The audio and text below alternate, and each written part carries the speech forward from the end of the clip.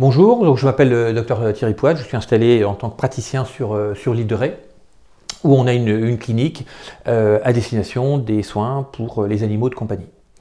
Donc j'ai une formation de vétérinaire qui a été dispensée à l'école vétérinaire de Toulouse, et je suis resté comme assistant en chirurgie, et j'ai passé ensuite un CES, un certificat d'études supérieures en traumatologie et en chirurgie osteoarticulaire. Très vite, je me suis intéressé autour du sujet de la douleur et j'ai complété cette formation par un diplôme interuniversitaire à la fac de médecine de Rennes.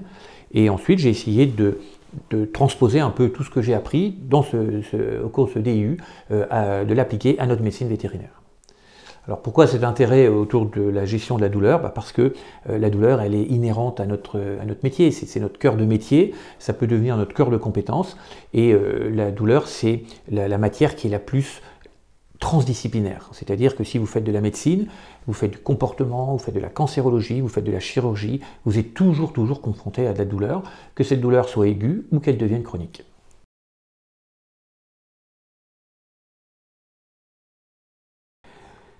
La gestion de la douleur doit reposer sur 4 piliers.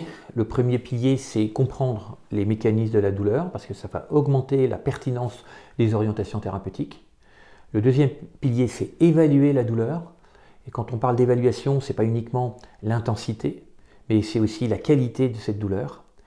Dans le but, troisième pilier, de proposer un projet thérapeutique individualisé, multimodal. Multimodal, ça veut dire que ça doit s'intéresser à toutes les étapes du cheminement de la douleur, mais également pluridisciplinaire, parce qu'il va falloir faire appel à des compétences variées de pharmacologie, de nutrition, de physiothérapie, d'ergothérapie, d'ostéopathie, etc. Le quatrième pilier, et ça vaut pour les douleurs chroniques, il faut absolument que l'ensemble de ce projet soit fondé sur l'alliance thérapeutique, c'est-à-dire sur une collaboration active avec le propriétaire qui devient un acteur de la prise en charge de la douleur. Et cette fameuse alliance thérapeutique repose sur un accord entre le vétérinaire et le propriétaire sur l'origine de la maladie, sur les mécanismes de la douleur, sur les objectifs, sur un projet thérapeutique qui doit être partagé, compris, accepté, et enfin dans l'inscription de cet animal douloureux dans un suivi, dans un parcours de suivi, parce que par définition une douleur chronique ne peut pas complètement guérir, elle va évoluer au cours du temps, et donc il faut que le couple vétérinaire praticien et propriétaire s'adapte en permanence à l'évolution de la maladie douloureuse.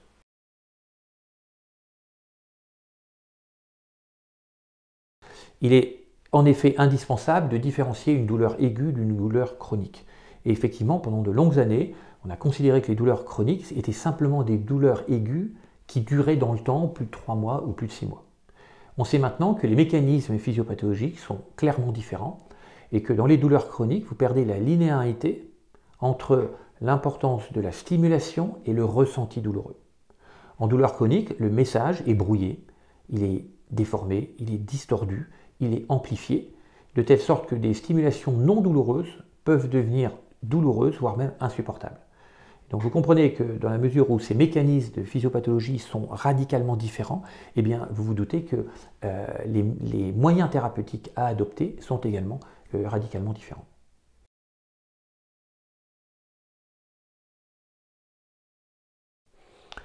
Alors, la prise en charge des douleurs aiguës et chroniques est devenue clairement une priorité de la part des propriétaires.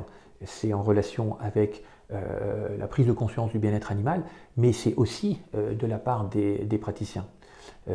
D'une façon très schématique, et ça vaut pour la médecine humaine comme pour la médecine vétérinaire, tout être vivant qui souffre n'emprunte pas les chemins les plus rapides pour la guérison.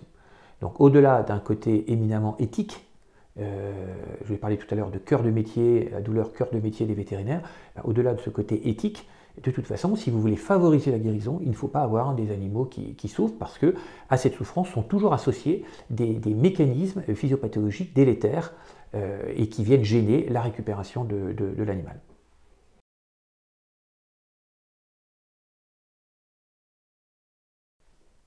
Contre la douleur chronique, il y a plusieurs acteurs. Il y a évidemment le vétérinaire praticien, mais aussi l'ensemble de l'équipe vétérinaire, avec notamment nos assistantes spécialisées vétérinaires qui sont un rouage incontournable dans l'accompagnement. Et puis, bien évidemment, il y a le propriétaire. Ce propriétaire peut devenir un acteur incontournable à partir du moment où il est averti, à partir du moment où on lui a transmis à la fois des compétences évaluatives et quelques compétences de soins. Je pense notamment à des conseils de nutrition, des séances de massage ou des modifications de l'environnement.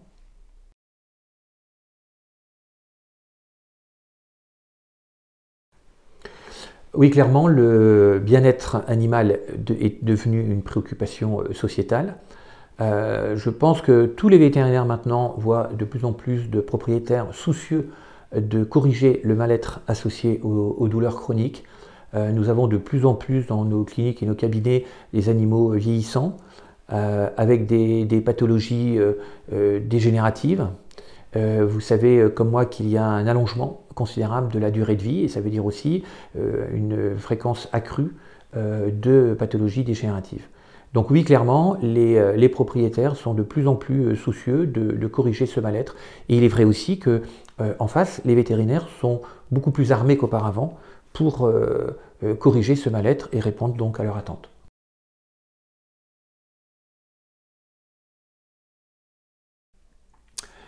La physiothérapie doit s'envisager sous deux angles. Sous un angle thérapeutique, où on est dans le cadre d'une prise en charge, par exemple d'un problème de rééducation fonctionnelle et ou d'un problème de douleur.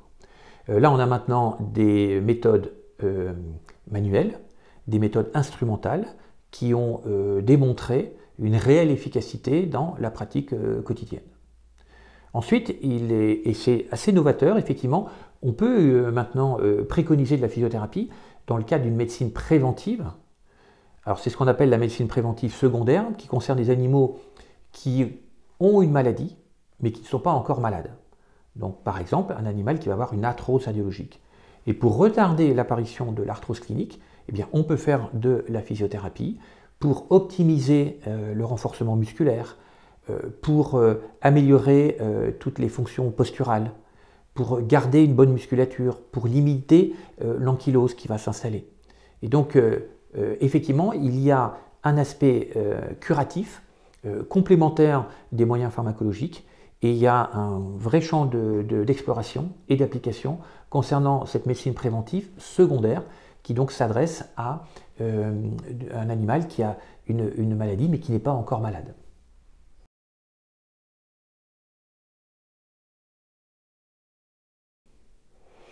Je pense que la physiothérapie dans le domaine de la douleur ne doit pas s'envisager de façon exclusive, mais toujours sur le plan complémentaire. On a en douleur chronique pratiquement toujours besoin d'un peu de pharmacologie ou des récentes biothérapies. Par contre, la physiothérapie dans un projet global complémentaire est à mon sens devenue absolument incontournable. Et elle va transcender les résultats des traitements pharmacologiques, des biothérapies, elle va rendre pérenne tous ces bons résultats. Et donc il y a une réelle efficacité synergique de l'ensemble de ces méthodes. Et c'est pour ça que nous préconisons vraiment dans les formations en physiothérapie un volet prise en charge de la douleur parce qu'il y a des synergies que les vétérinaires doivent absolument exploiter dans leur pratique quotidienne.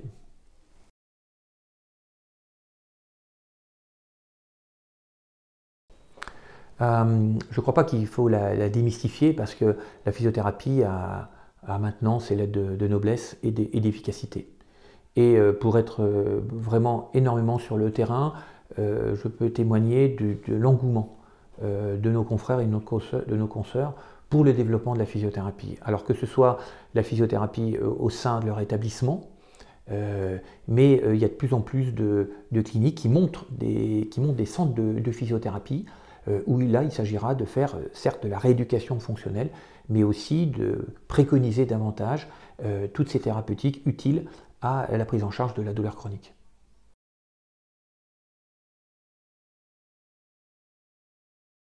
Le propriétaire va avoir assez rapidement, avec des séances de physiothérapie, un retour à la mobilité. Donc en fait, il y a deux objectifs majeurs de la physiothérapie dans la prise en charge de la douleur.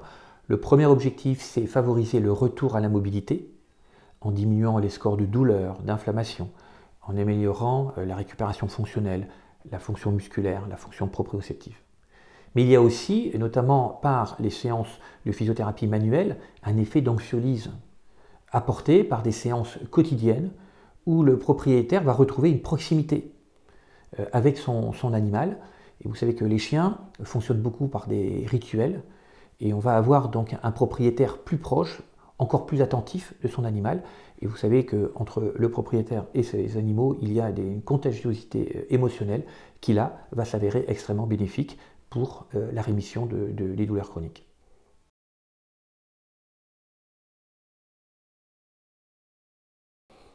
Pour pratiquer correctement la physiothérapie, il faut effectivement se tenir à jour des dernières techniques, parce que tout ça, ça évolue beaucoup. Il y a aussi des programmes, des procédures qui sont de mieux en mieux, dont les protocoles sont de plus en plus élaborés. Les vétérinaires physiothérapeutes ont besoin aussi de s'appuyer sur des preuves de médecine factuelle qui sont de plus en plus, qui existent et qui paraissent régulièrement. Et enfin, je vous le redis, il faut aussi que les physiothérapeutes fassent le lien absolument avec la douleur. Et donc parallèlement à ça, il faut qu'ils améliorent leurs compétences dans la prise en charge de la douleur, c'est-à-dire compréhension des mécanismes, évaluation et toujours ce projet pluridisciplinaire dont je vous parlais à l'instant.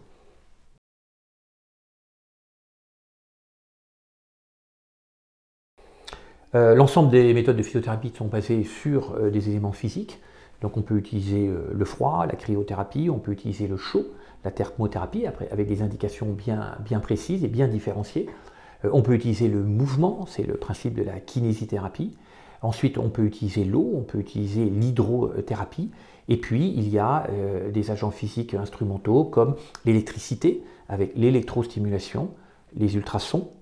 Nous avons beaucoup travaillé ici dans la clinique de Lilleret sur les ondes du proche infrarouge avec la thérapie laser qui a montré des effets particulièrement bénéfiques sur les pathologies ostéo-articulaires arthrosiques associées à des contractures musculaires. Et puis enfin, il y a d'autres thérapies basées sur des ondes magnétiques qui sont également en plein développement, d'où la nécessité, et c'était votre première question, de continuer à se former pour tenir à jour ces compétences.